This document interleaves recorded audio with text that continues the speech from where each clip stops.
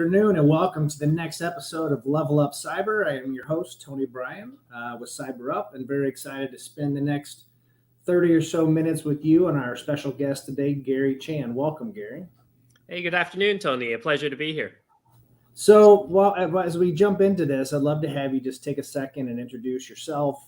For those listening, Gary and I we've been hanging out for 2 or 3 years now, I think at this point, through a mutual friend.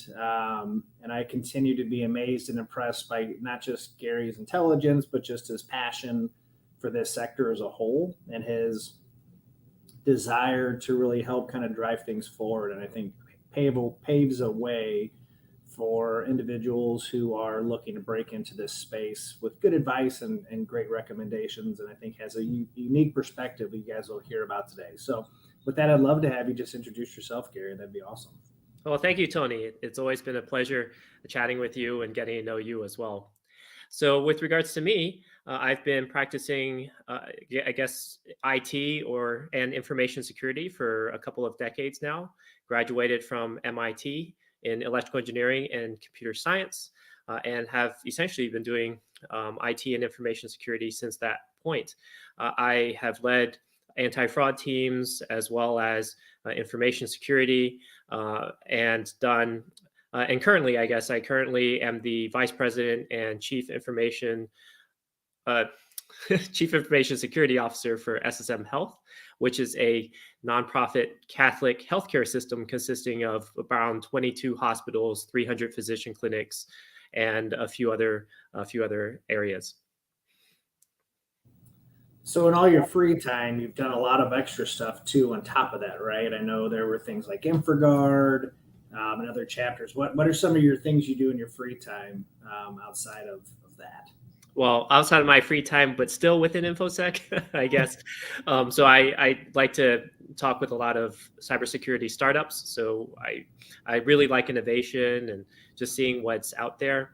Yes, I'm also part of InfraGard, as you've stated. And for those of you who are interested, you can just go to the InfraGard website and you can apply for access. And essentially that gives you access to a lot of pretty neat things, a lot of them being webinars from the federal government. Also was president of the FBI St. Louis Citizens Academy Alumni Association, and done various other things. I was information security consultant, so seen a lot of different projects, worked internationally, worked locally, a lot of different infosec type of things. So just always having fun with that. And then I also do a mentalism show that is based on security concepts. That's just a lot of fun. So shameless plug, if you're in St. Louis and you're looking for a great conference that's coming up in the not so distant future, it's a Gateway to Innovation. It's, one of the larger kind of IT tech conferences that happens in St. Louis. And Gary's a keynote this year and gets to do has a security mentalist show he's going to be doing. So I know I'm excited to see that at the event. But let's dive in. So the topic du jour for everyone today is we have lots of conversations, and I did a presentation last week with a partner organization. Just like I've gone to all the things. I've got my skills. Maybe I got a degree. Maybe I did a boot camp. I did a pre-apprenticeship program. Now I got to transition that into a job. And I think there's a lot of individuals that are not just here in St. Louis, but across the country, that there is some level of frustration with it, because it seems like I send resumes to the box. I hope for something to come back, and maybe it does, and maybe it doesn't. Then I finally beat the system and I get my interview. What does that look like, and how do I stand out amongst my peers and kind of rise to the top? So as Gary and I hopped on today, we were kind of thinking through what could we talk about today that would really help set people up success. And we actually decided to go back to the beginning of the application itself. So what advice would you give individuals that have just kind of finished that journey and they're looking to jump in and start applying for jobs? What are some good tidbits you'd give to them? Sure. So I would say definitely, first of all, make sure that you know what type of job you're looking for. I know that sounds pretty silly, but a lot of times I'll get applications in places, in departments that are completely outside of my field. And other times, other people get applications that are in my field that they then send to me. So make sure that you even know what it is that you're applying for, I think is step one. But I know beyond that, uh, really, there's just a lot of different ways to get your foot in the door. And I would say the most effective way is to try to meet whoever the hiring manager is. So if you're in the local area, right? So if you're in St. Louis, for example, and there are other cybersecurity, whether there's a job fair or something like that in St. Louis that you can easily go to, I highly, highly recommend that because hey, you're there, you're meeting the hiring manager there. They have an impression of you right away. You get a sort of sense in whether or not you're even going to get along with the person. It just saves you a ton of time. You might have to spend 30 minutes commuting or whatever to get there, but you really do meet more people. You get a better sense whether or not it's even going to be a good fit, and they get to know you. Get their business card, get their email address, whatever it is. That really will help probably more than any other step that you can take. Now, if you're talking about, hey, I found this thing on the internet and there's this company I want to apply to, and you don't know anybody, you don't, there's nobody that can introduce you, there's no event nearby, then yes, you do have to go through the standard application process probably, and you will want to write a cover letter. That's probably my number one recommendation, is to do a cover letter. And my second recommendation is to tailor your resume using the keywords that are in the job description. I get so many resumes that are just so generic, and I'm not saying you can't send a generic resume, but if you just send it on its own and it doesn't have the keywords in there and it doesn't have any cover letter going along with it, then to me it looks like a standard sort of bot that's just submitting something. We get a lot of fraudulent applications too, right? So you got to look at it from the employer's perspective. And when you've got hundreds that you've got to go through, you're just going to be like tossing them out. And then just looking at the top 10 or however many it is that you want to look at. So highly, highly recommend doing a cover letter. And then if you want to go on social media to see if the hiring manager, if you can even figure it out, right? You can guess based on the title at the company. You can go on the social media, maybe whether it's LinkedIn or Twitter or whatever, and just get a sense for that person and their style, and maybe reach out to them there. You probably don't want to be too aggressive, right? A lot of people don't really like that. But at the same time, that might give you an edge, especially if you made an application and you didn't hear back. That might be something you might want to do. So those are a few tips that I have for your application process. So one thing that I look at is really, I think, shaping and maybe the context of just how, because I think every company has different experiences and the volume of resumes or applications they get. So let's say for SSM where you're currently at, if you guys post a job, like what is a typical number of applicants you're getting per opening that you guys have? So I think so. I'll answer the question in two ways, right? So I'm slightly different in that a lot of times when we post it, we already have a number of applicants that we have like a stack of, and we already have kind of an idea. So when we post it, it might only be up for a week, in which case we're only, by the time it gets up and then it gets pushed out and all the other stuff, we might only have like, say, 20 applicants new on top of whatever we had, and then we'll close it out because we already kind of have a strong list. But if you're saying, hey, let's say you start with nothing and then you post out something, and then just do that, you can easily get several per day or more. I'm sure that bigger companies probably have way more.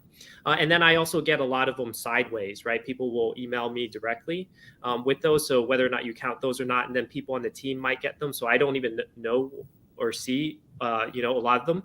So I guess overall, my guess, if we're adding together what I'm receiving, what my team members are receiving, as well as what is in the HR system, at least a few a day. And then if you only look at it once every week or 2 weeks, you've already got like 10 or 20 right there.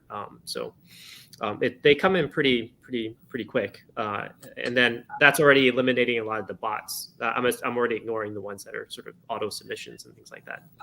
I was having a conversation with a vendor company last week, and I think he had made reference of between 500 and 1,000 resumes per job. Now, those were very specific to like pen test and SOC, right? So those are always your like top, your first ones, because everybody's jumping into this as aspiring to that. So probably an extreme example, but that's a lot of resumes for somebody to sort through. I agree, and that's why the keywords are so important. Like those, I don't have no idea what it is before it even gets filtered. Like those, never see them. Yeah. So outside of kind of keywords, what other nuggets of advice would you provide for somebody to like maybe stand out, right? Or how to I want to say circumvent, because I've heard stories of people that they take white text in the bottom of their resumes and the margins and like drop all the keywords that you could possibly imagine to drop, so that way it catches on a computer filter. But like what would be some advice that would stand out that maybe get past that first, so it would actually get to you? So I would put into 2 stages. The first, the keyword, is really just to help get through the filter, the auto filtering. And then once it's with a human, your cover letter is really important. I think only one out of this, I'm making up a number, I didn't actually measure it. Like 1 in 10 applications might come with a cover letter, and merely having a cover letter at all is already separates you. And then I would say 1 out of every 2 cover letters that I see are actually specific to the organization. I don't need it to say, "Hey, dear my name." I don't really care. It could be Sir Manuel. It doesn't matter. But it's got to be specific to the organization and the job that you're applying to, because that tells me that you're really paying attention to it. And you got to write something specific about that organization that's not just like the first 2 words off of the about page, right? So if you read about it in the news, you can say, "Hey, I read about your organization, the news, in this journal on last Wednesday, and that made me really interested in you." Well, that alone is going to tell me that, hey, this is, you're actually making a specific effort to come talk to me versus auto submitting to a 1,000 other places. And that's super important. Well, the convenience of things like Indeed and is great, but I think also the convenience of storing resumes and that one-click application functionality makes it easy for an individual to go through and click submit 100 times in a day and feel great. But it's probably better served, from what I'm hearing you say, is to maybe pick 10 and write 10 hyper focused cover letters and 10 hyper focused kind of keyword resumes that would actually be relevant. But there's also some due diligence required on that person to go through and look, one, for them to understand what it is they actually want to do. Is the role they're applying for what that is, provides that, and then having some focus there. Yeah, no, that's exactly it. It's easy. I mean, everybody's been there, right? Click, it's done. I feel great. I mean, even from the convenience of your phone, the Indeed app is fantastic.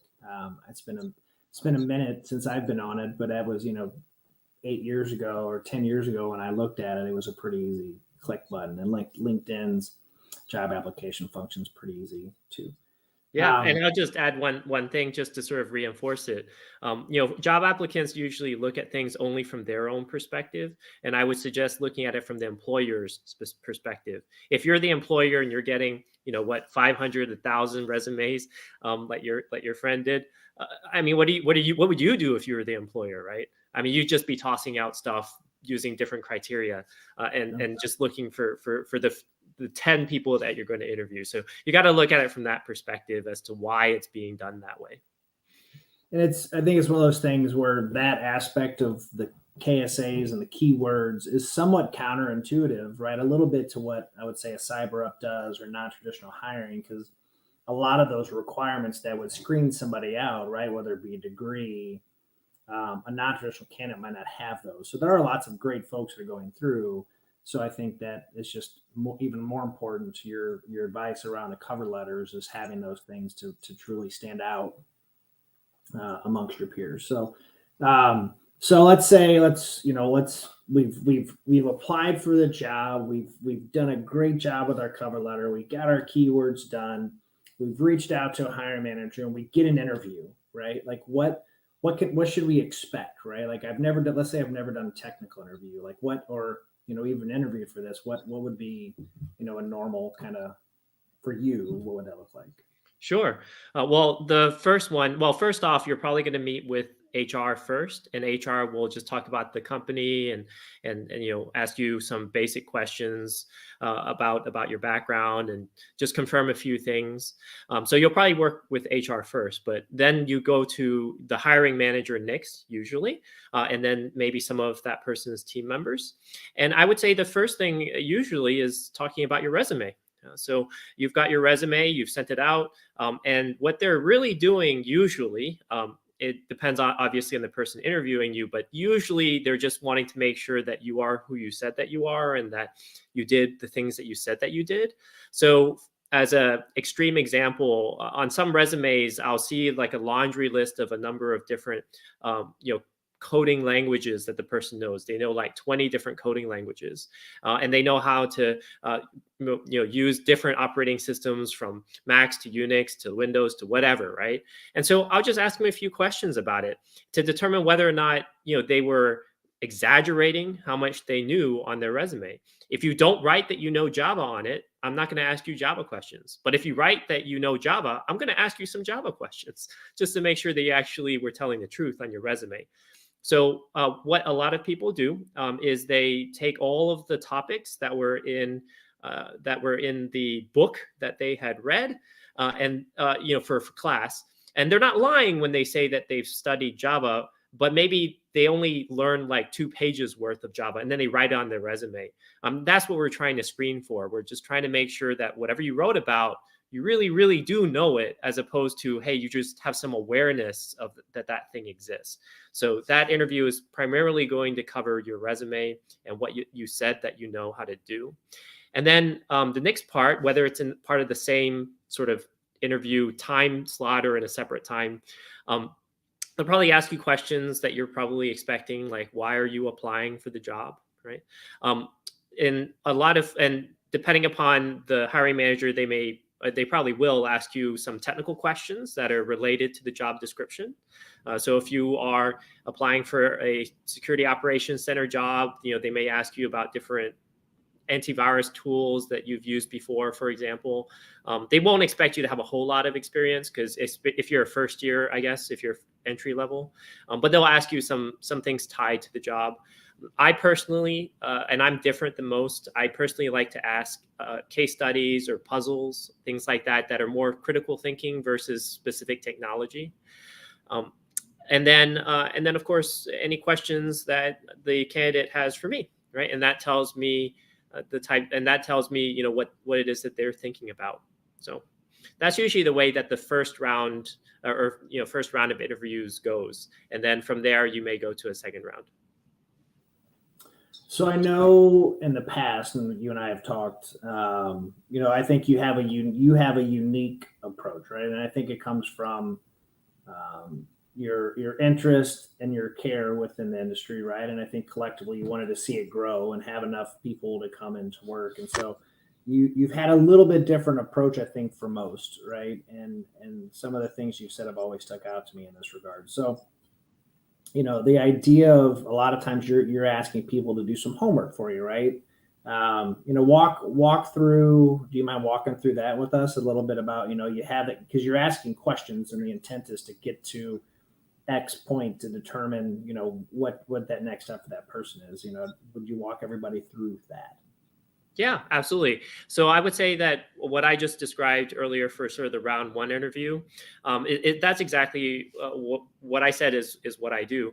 But as part of that process, I'm counting the number of times they make a mistake and the number of times that the interviewee says, hey, but I can learn that, right? So it's incredibly common for interviewees to not answer all of the technical questions or case studies or puzzles or whatever the question is correctly. That's very, very common. That's like I said, that's totally fine and that's normal. What I'm looking for is how the person reacts when they get the wrong answer, or do they admit up front they don't know it? Do they make a guess? And if they make a guess and they're wrong and they're told that they're wrong, what do they do or say? In most cases, people will say, "Hey, yeah, I got it wrong," or "I don't know, but I'll learn." That's the vast majority of answers. And so I just count the number of times they say that, right? So if they say that they're going to learn how to, do DMARC or whatever, right? I just picked the term, right? Then I'm just going to jot that down. And then at the end of the interview, almost everyone says, how'd I do? Right? They almost always say that. And I say, well, if you come back for a second round interview, what I'm hoping that you'll do is you'll go learn, and then I'll just pick something. I'll pick something where the difficulty level is commensurate with the number of times they said, I'm going to go learn that. So if they said, I'm going to go learn that 10 times, I'm going to give them homework that takes 10 hours to do. If they said it once, I'll give them homework that takes 1 hour to do, right? So just on that scale, basically, right? Because the number of times that they say it basically means that if they had to say it a lot of times, that means that they probably don't know as much, which means they need to do more work if they want to come back for round 2. So what I'm testing there, if they do come back for round 2, is whether or not they have the capacity and motivation to learn. And I'll just tell you up front that that's a great screening criteria, because I would say probably only 1 in 3 people who are given the opportunity to come back for a round 2, if they're given homework, will actually come back. If you ask them to come back but don't give them any homework, they all come back for an interview. But if you give them homework, even just for 1 hour, most will say that they're not interested in the job anymore. And that tells me as a hiring manager that if you're not willing to put in even 1 hour of work into coming to work for me, then I'm pretty sure that you're not going to do a great job on the job. And so that's what I'm looking for there. And I actually tell people that quite upfront. Well, I'm always amazed at hearing a stat like that, where I feel like it's counterintuitive to what we see and read and on all the articles, right? There's this huge gap. There's this gap. And I don't know if that translates to individuals who are applying to roles that I shouldn't have to do that because there's that many jobs. But as many CISOs and hiring managers I've met over the years, what you're describing isn't abnormal. It isn't the exception. I feel like it's a pretty common practice where people want to understand, and it really is to understand what that person's willing to do. And I know when we have conversations and advice around what should you be working on, what are some best practices, and how do you build a resume, right? It really, how do I translate what I learned in a book about code, but actually make that into something that's actionable or functional that I could explain and describe in a project-based type of environment. How would you recommend, a new student that is graduating and applying for these roles that maybe doesn't have that stuff, right? A portfolio, or doesn't have, they're having a hard time showing their work. What would be some advice you'd give for folks of ways in which they could show and highlight their infosec skills that'll translate on paper? Yeah, it's very straightforward. That's actually incredibly common. So I'm glad you asked the question. Just write in the cover letter. And in your resume, if you have no experience hacking stuff, at least on the job, but you have experience because you took a class or whatever, just write a cover letter and say, hey, I'd love to work for you. And I took this amazing class on hacking, on penetration testing, whatever it is that you took, and I loved it because of XYZ. I'd love to continue my education there and working at whatever organization it is that you're applying for. And this is why I think it might be beneficial for your company. That's totally fine. That tells me that what you're interested in, and you got your keyword in there, so it'll still come through with the other people who actually have it in their resume. And then I know where you are, and we can start the conversation from there. And during the interview, I'm just going to say things like, hey, so tell me what you learned in the class, help me understand some of those things. But it's not going to be super hard because you've already set my expectations that, you know what, you don't know that, but you're willing to learn. And I might ask you a few things like what you've done at home to sort of expand upon your knowledge. And that'll tell me whether or not you have an interest in doing that. I think a key thing you just said there was the interest, right? And that's where oftentimes there's a lot of advice that we give, is that infosec specifically isn't a trade, as I would call a carpenter, a painter, electrician, but it really is a craft, right? Where you're constantly learning, there's constantly new tools. And I think having the ability to illustrate and highlight to a hiring manager like yourself what you're willing to do to go and continue to hone your craft is very important. Yeah, that's really the main differentiator, because remember, if you're applying for an entry level position, everybody else who's applying for that entry level position is in the same boat as you. So just the only thing that you have is the interest. That's what's going to shine whenever you're talking about it. The passion that you exude coming across and the things that you've done on your own are really going to be what distinguish you, and the amount of effort you're willing to put in. So you putting in doing a cover letter, it's already going to separate you from everybody else. Would there be groups or meetups or things that you would encourage folks to look into? I know COVID changed a lot of the meetup scene across a lot of areas, but anything specific that would be a good place for somebody to start looking to just get out there and start meeting as many people as possible?